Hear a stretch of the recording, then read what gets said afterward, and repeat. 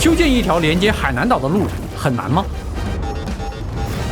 这里是琼州海峡，最窄处仅20公里，可旅客们却要坐上铁路轮渡，等待一节节火车被拆开，开上轮船横渡海峡。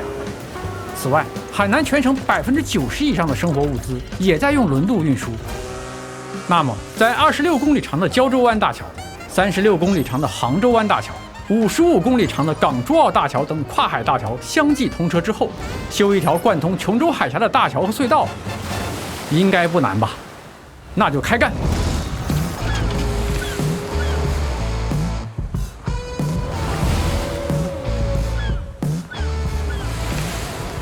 首先，让我们抽干海水，看看海底长什么样。海峡中央居然隐藏着一个巨大的海槽，宽达10公里，中部水深普遍超过80米，最大水深甚至达到120米。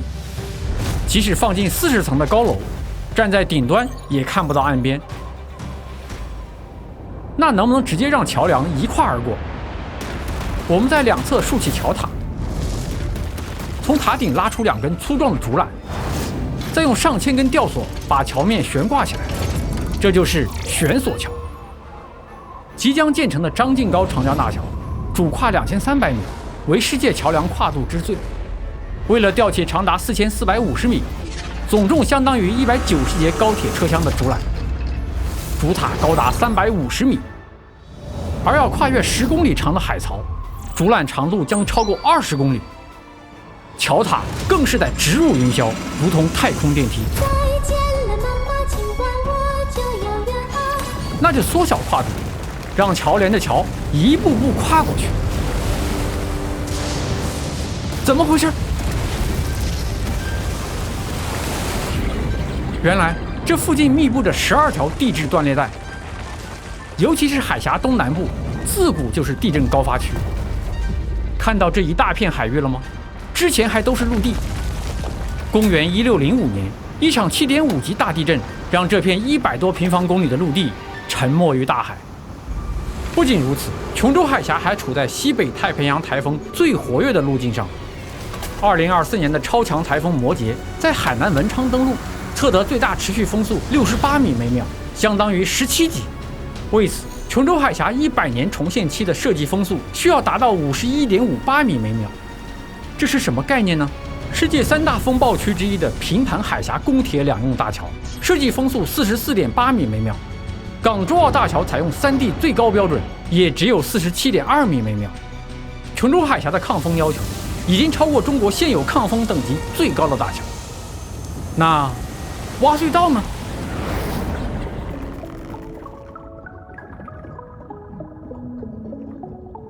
那就重现一个海底世界。首先，让我们试一试沉管法吧。这是中国目前最深的沉管隧道工程。先将在陆地上预制好的隧道管段沉到海底，再一节节拼起来，相当于在海床上搭积木。但是，琼州海峡海底地形起伏巨大，尤其是海槽南北两侧，简直就是海底版的绝壁悬崖。想要在这样的地形修一条笔直的隧道，就得在80米深的海底挖山填谷。而目前中国最深的记录才48米。于是，另一种技术方案该登场了。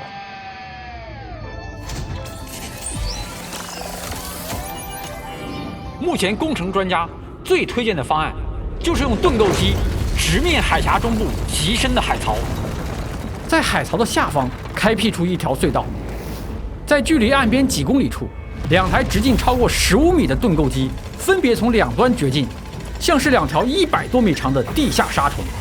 他们的目标是80米深的海槽之下，再往下65米。因为琼州海峡海底200米范围之内没有坚硬的岩层，绝大部分都是松软的沉积物，只有达到足够的埋深，才能避免上腹地层发生劈裂、涌进泥沙的风险。而这个深度的压力将达到1.45兆帕，相当于每平方米承受一架满载空客飞机的重量。比现有中国最深纪录的1.1兆帕还高出了32%，并且隧道的总长度将接近30公里，单台盾构机的掘进距离将达到15公里，而目前世界最长的独头掘进距离，在建的重泰长江隧道也才11.3公里。这意味着2台数千吨重的巨兽出现损坏维修的概率将成倍增加，而在海底150米深、直径只有10几米的狭窄隧道里，更换维修将难如登天。只有一一克服这些困难，再次打破世界纪录，未来我们才能这样去海南。双向6车道的海底隧道，汽车、铁路共同南北穿行，最快几分钟便能跨越20公里长的海峡，让所有的向往与归途径直可达。这一天会远吗？或许已经越来越近了。如今海南封关，自贸区的建设让海南迎来前所未有的机遇。无数的人和我们一样，共同期待这一天早点到来。